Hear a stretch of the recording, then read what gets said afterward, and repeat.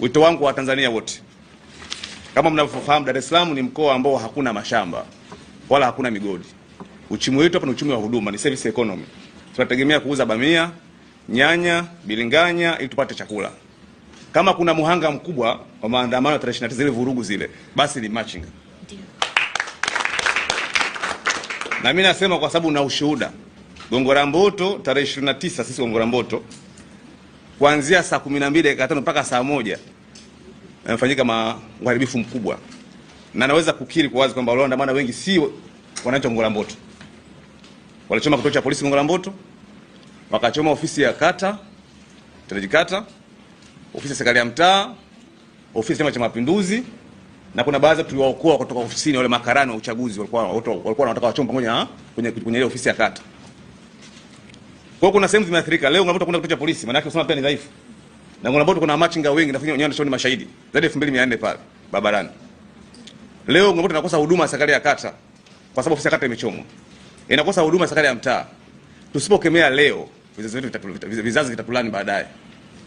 Tusimame tukemee, na nyinyi waandishi wa habari kama muhimili wa 4 wa dola japo sio rasmi, mna nafasi pia kusimama na kukemea. Kwenye kukemea maovu hakunaga haya wala aibu. Sahihi. Tunapaswa tukemee hata kama anayefanya ni mjomba wako, ni shangazi wako, ni baba yako. Kwenye kulitengeneza taifa kama lenyewe lenye amani hakuna compromise. Tusimame imara. Sasa kwa muktadha wetu tumekuja na kauli. Na kauli hii, mbiu hii, nyinyi mtakuwa muisambaze nchi nzima. Tunasema hivi, Tanzania ni mimi. Na Tanzania nani? Ni mimi. Tanzania nani? Ni mimi. Mimi ndio nchi, mimi ndio elimu, mimi ndio maji, mimi ndio kodi yangu, mimi ndio afya yangu. Ukiharibu miundombinu, humkomee Mheshimiwa Rais.